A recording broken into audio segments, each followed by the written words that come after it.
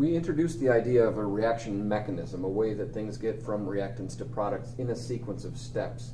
So that's a new idea. I think we need to turn that into a model that we can use to describe how reactions are actually taking place. And the model that is most common is collision theory. And while I think that the idea of breaking a reaction down into mechanism steps isn't super intuitive, I think the basics of collision theory are very intuitive. Unsurprisingly, you need a collision.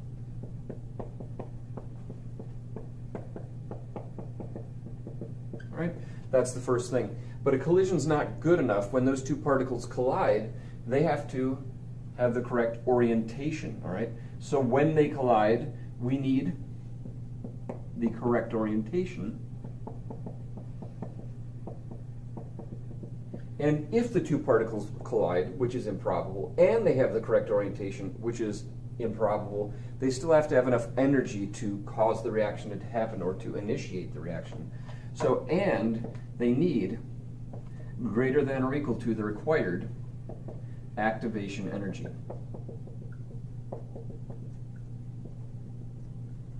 All right? And we'll use EA for that, and we used that earlier on our energy coordinate diagram. So the question we need to then address, I guess first we should define activation energy. Activation energy is what's required to initiate a reaction, right? So activation energy is this energy required to initiate a reaction.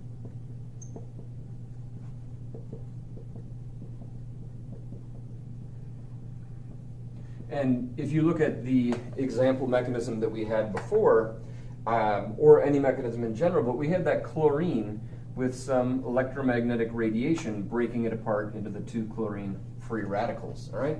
That was our activation energy for that step, and the reaction would proceed from there. And the basic idea of an activation energy for endothermic or exothermic reactions is that you have to do something, otherwise the system wouldn't change. You have to upset the system in some way so that there's an energetic drive for change. So when this chlorine was just chlorine, there was no reason for anything to happen. But when this chlorine broke apart, then that's what caused the reaction. And this energy was required to make that happen. So, and to say this conservatively, there's always enough energy for the reaction to happen a little bit, and we'll take a look at energy diagrams to give us a better idea there. But that doesn't mean there's enough energy for the reaction to happen appreciably. And then you start balancing kinetics and thermodynamics. So we've got this idea of activation energy, and now we need to take a look at these aspects of collision theory. I borrowed some of my coworkers, Brad and Meredith Bernhard, to help us do an example of how collision theory works on the macroscopic scale, and we'll try and put that video in right now. For chemical reactions, collision theory indicates that you must have a collision in order for a reaction to take place. A collision is not good enough. You also have to have particles that have greater than or equal to the required activation energy for that reaction to take place. And they have to have the correct orientation when they collide. Any one of those things is improbable, and the more you have, the less probable it is. So what we're going to look at here is a dancing scenario on the dance floor. And we'll say a couple ends up going to the gymnasium for prom or whatever, and they're moving about randomly, which is what I see in real life. And then they bump into each other. And will dancing start? Will a reaction take place? So we're going to assume the dancing position, and we're going to start milling about the dance floor randomly. And we have a collision, which was improbable in and of itself. But we don't have the right orientation to start dancing, so we're just going to bounce off of each other. Now, at some point in time, we may collide again with the correct orientation, but the energy's not there. And we will just go off on our merry ways. Now, what if two other particles collide? We do have a collision, but we don't have the right orientation. So they'll still bounce off of each other. No reaction is going to take place. At some point in time, they may bump into each other again. And as you can tell, the energy is there, and they'll start dancing. A reaction will take place. Thank you very much, Mr. Bernhard and Mrs. Bernhard. So the idea is pretty straightforward. You have to have a collision, which again, very unlikely. Let's draw this out a little bit. There's statistics involved, and actually quite a bit of statistics involved, but we'll just say we have our dance floor or our container right here. I have a particle, and as long as I have another particle, there's a certain probability that through random motion these two particles will collide. And it turns out that probability is super low. All right? So if they do collide, then they have to be aligned the right way, okay? And so we'll just pretend for a moment. They talk about this with enzymes and things, like you have this lock and key scenario. So in this particular case, they would have to collide facing this way, that into there, in order for things to fit correctly. But then there's another step, because this needs to have enough energy when they collide for the actual bond breaking or bond forming or whatever electron transfer to take place. So those are the things we're looking at.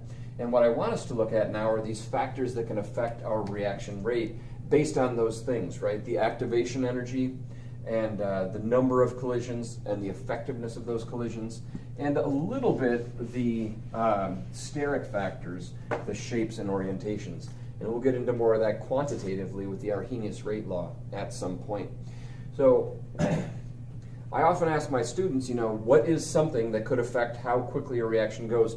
What could we do to speed up a reaction? And a very common answer is change the temperature. If you heat something up, very often the reaction will increase. So we're going to look at changes in temperature and how those are going to affect our overall reaction rate. And the way this is done is to use a little bit of statistical analysis and using Boltzmann energy diagrams. We have Boltzmann.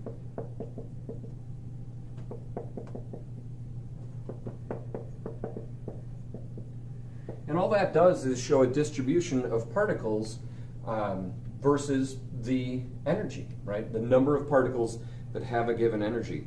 And they look something like this. Oh, it's Maxwell.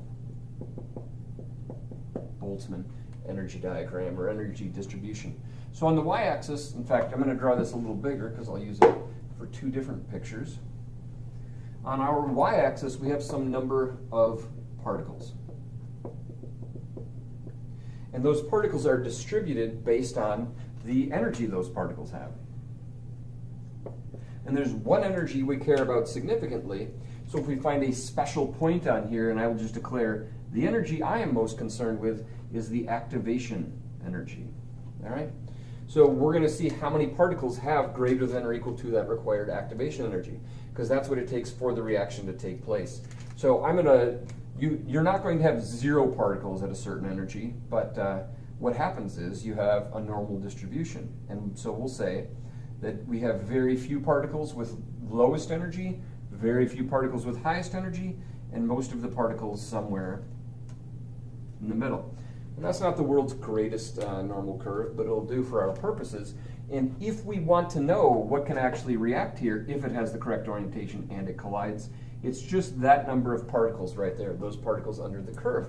They have this axis location, well, in fact, this axis location is greater than or equal to that activation energy. So these particles can react. These particles don't have enough energy to react. So what we suggested was adjusting the temperature, heating these things up. And I think it's not intuitive to see what happens here. We can't change the area under the curve. That's a number of particles. But heating it up will change the distribution. And if we heat it up, more particles are going to have enough energy. And I'm laughing in my head because, like, every time I think of it, I picture the normal distribution just moving over, right? We heat it up and more particles have that activation energy. But that's not how normal curves work. We still have to have particles down here and particles out here. What happens if we heat it up is we have more particles out here, and the only way that can happen is we have fewer particles out here. It flattens things out. So I'm just going to declare that this brown line, right, is our setup for a certain energy at temperature 1, we'll call it. That's our energy distribution for temperature 1. And in red, I'll come in here and I'll say I have some distribution at temperature 2, which is greater than temperature 1. So what's going to happen is now I will have more particles with greater than the required activation energy, greater than or equal to. But our normal curve, our distribution, is going to flatten out in the process. All right? Now, we'll just pretend that that's the same area under the curve, but without a doubt, right here, I have more area filled in. I have more particles with greater than or equal to the required activation energy. So the first thing I want to note in terms of kinetics and factors affecting our reaction rates is we can change temperature. Changing temperature doesn't change the activation energy. Notice it stayed right here. Changing temperature changes the number of particles with that activation energy. And I think that's super, super, super important. Changing temperature, right, changes the number of particles with greater than or equal to the required activation energy, all right?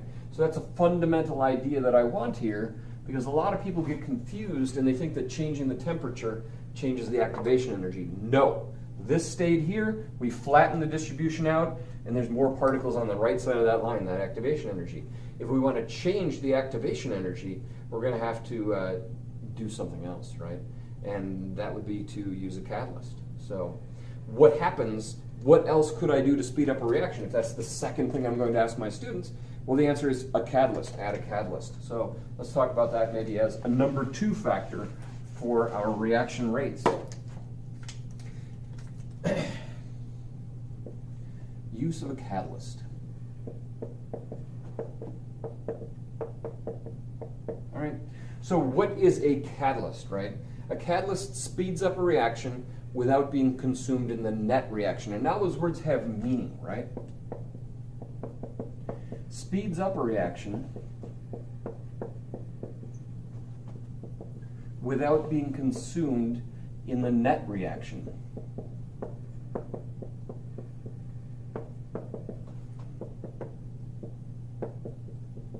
Okay, what that means is we use it in some mechanism step and we get it back in a different mechanism step, all right? So it is used in some mechanism step and then it is produced in a different mechanism step. And if you were to look at the reaction overall, so when we were talking about symbols and things for chemical reactions, if you look at the reaction overall, if you had some catalyst on one side of the arrow because you're using it, but then you had the catalyst on the other side of the arrow because you're getting it back, it would just cancel out. It works just like an algebraic expression. But we needed it because it determined the rate the reaction was going at. So we have to represent that it's there in the net reaction, the overall reaction, not the mechanism steps, but the combination of those mechanism steps. So we're going to say, yeah, we needed it. I can't put it here and here because it would cancel out. So I'll just put it here, whatever it is. All right? So the idea of the catalyst, it is speeding up a reaction without being consumed in the net reaction, right? It's used, then produced. And the way it does that is changes the energy pathway, right? It provides an alternate energy pathway.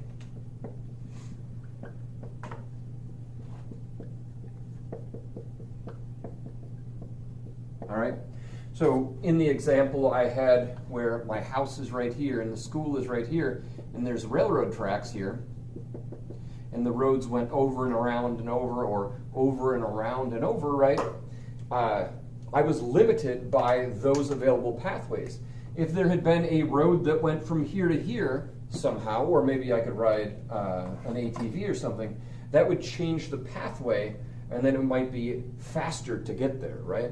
So that is a very good analogy. We have a new pathway that is provided by this catalyst, and that new pathway has a lower activation energy. So an alternate energy pathway with lower activation energy. In fact, I'm just going to write that, activation energy, okay? And I want to address two things, one of which is the idea of catalysts being used and then produced versus an intermediate. So I want to sneak that in real quickly, the distinction between catalysts and intermediates, and then I want to look at our energy coordinate diagram so we can relate how that activation energy change looks graphically, all right? So very quickly, let's just mention about an intermediate, right? An intermediate is something that is produced and then used, all right? So a catalyst is used and produced. An intermediate is produced and used, right? So it is made in some elementary mechanism step and it is used in a different one so it doesn't appear in the net reaction, right?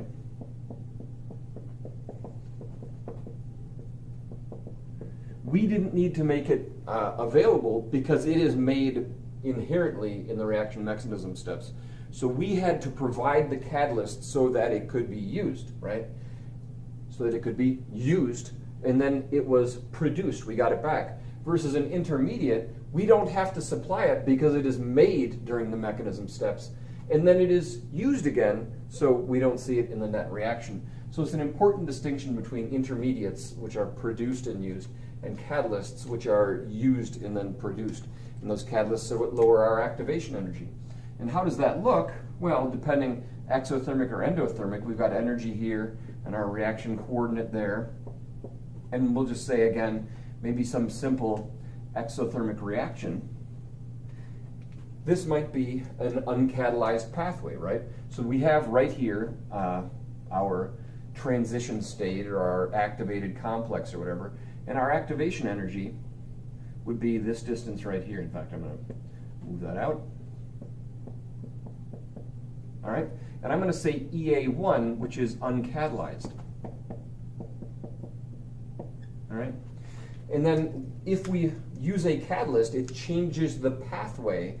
I'm still going to start in the same place. I'm still going to end up in the same place, but I'm going to get there some other way that is lower in energy.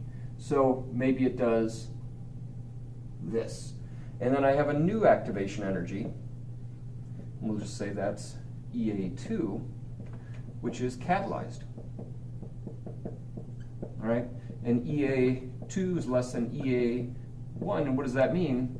The reaction is faster. All right, that's how that works. All right, and we can look at that in terms of our Boltzmann energy distribution as well, just so we can distinguish it from temperature changes.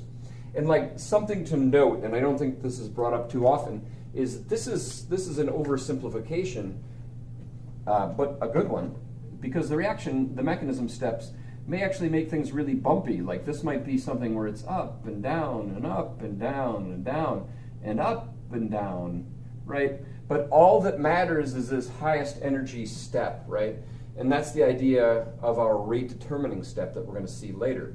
So none of this really matters. It just matters getting up there and then down there. The actual pathway does matter, but the energy barrier is going to be most significant there. That's going to determine our rate determining step.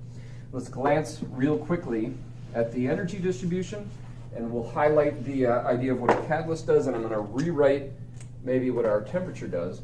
But if we look at our Maxwell-Boltzmann energy distribution, number of particles, and then down here we've got our energy, right? And then our most important energy, right, is right here. We'll call that our activation energy. And our particle distribution, color doesn't really matter on this one because I'm only going to have one, might be something like this. And looking at our activation energy, we have, at this temperature, that many particles that have greater than or equal to the required activation energy. Now, what does a catalyst do? A catalyst actually changes that activation energy, right? So we'll just call this activation energy 1, uncatalyzed, versus our, maybe we'll put an activation energy 2 right there, which is catalyzed. And look what happens. I haven't changed the energy distribution. I've just changed the number of particles with greater than or equal to the required activation energy by changing what that activation energy is. All right? So let's write out a couple key things, and I'll say them and then we'll write them, which is catalysts change the activation energy. That results in more particles with greater than or equal to the required activation energy. Temperature doesn't change the activation energy. It just changes the number of particles with greater than or equal to the required activation energy by giving them more energy. All right, so that should be good right there for catalysts. What I want us to also look at then is like, how else can we change a reaction rate? And I think that a simple way, like if we look at our picture with the dance floor or whatever simple thing you want to look at, like here's our dance floor. Here's one of our particles, right? And we said maybe like I've got this particle, whatever that is right there. And then it's just the odds of those two bumping into each other with the right orientation and the right energy. How could I speed that up? Well, the answer is have more particles in there, right? And whatever, however we want to sneak these in, right? And we end up with Pac-Man. But the idea is, I got more particles, I have a higher probability that I'm going to have a collision. So we can change the reaction rate by changing the number of collisions, or the rate of collisions, all right? So something we might consider to change the reaction rate is to look at the amount. We can change the amount of reactants. All right? And so there's a couple different ways we can do that. For aqueous solutions or for gaseous systems, we can increase the concentration. So for gas or aqueous systems, we can increase the concentration. Right, and we can see that in our picture here, which is the more particles I have, the higher probability there is for a collision in the same amount of time, right? So increasing the concentration, you have more probable or more possible collisions, right? Because there's more particles. And that's in, so if I put a divisor here, it's in the same amount of time. So that's our rate changing. There's more stuff here, and the time's the same, and we end up with that. So that's good for gaseous or aqueous systems. And what I want us to look at then would be, what about solids? All right.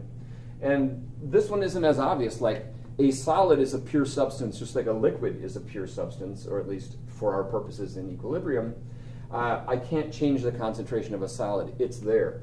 And solid-solid reactions are actually pretty rare, and they're not necessarily super rapid.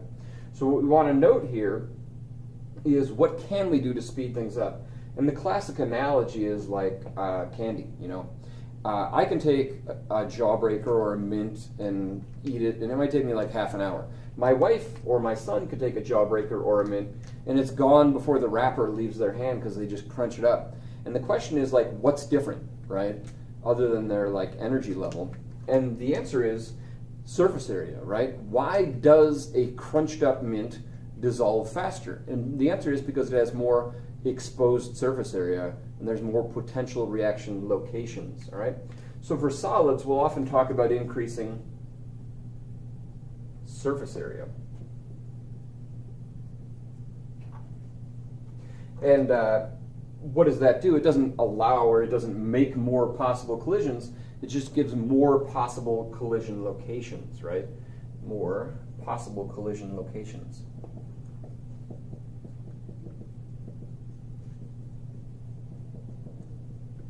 All right, so we've got changes in temperature. We've got changes in activation energy using a catalyst. We've got changing the amounts, the fundamental number of opportunities we have for a collision. And there's one other thing that is important to look at, and that's adjusting the complexity of reactants. So I guess this is a 4. Our complexity. And I'll put that in quotes because it's kind of ambiguous, of the reactants and products. And if we were to put this in as few words as possible, breaking and forming bonds,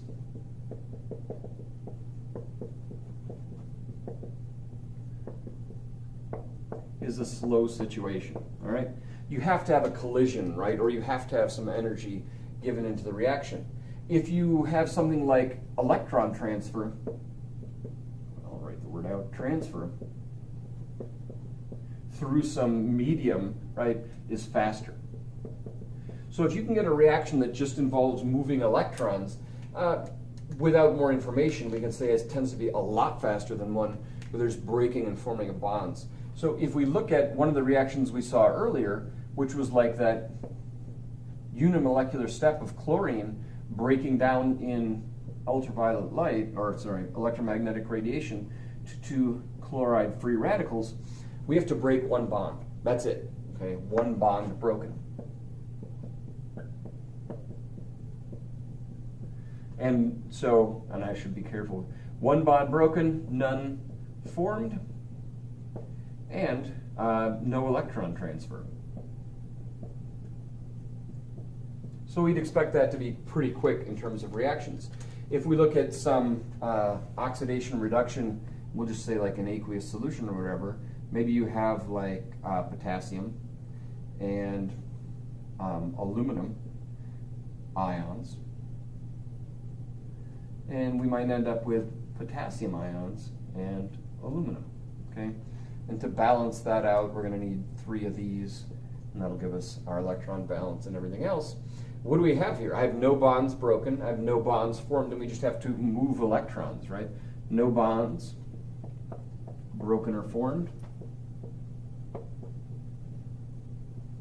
But we do have 3 electrons moving, so we have electron transfer. So we would expect that would be a pretty quick reaction as well. This one needed that outside energy source. This one was just the driving force of electrical potential energy, right? And so what might be a slower reaction? Well, what happens if you have like the combustion of methane gas, right? And that's going to maybe like CO2 plus 2H2O. And what are we looking at here? Well, I'm going to break all 4 of those hydrogens off of there. I'm going to separate those 2 oxygens. So we're looking at, we'll call that double bond 1 bond. Then we got 5 there, or 4 there, so a total of 5 broken. However that happens, we've got 2 oxygens that now need to attach to the carbon, so that's 2 bonds forming. And then I've got 2 waters with 2 bonds each, so we've got 4 more bonds right there. So I've got 2 and 4 gives me like 6 formed bonds.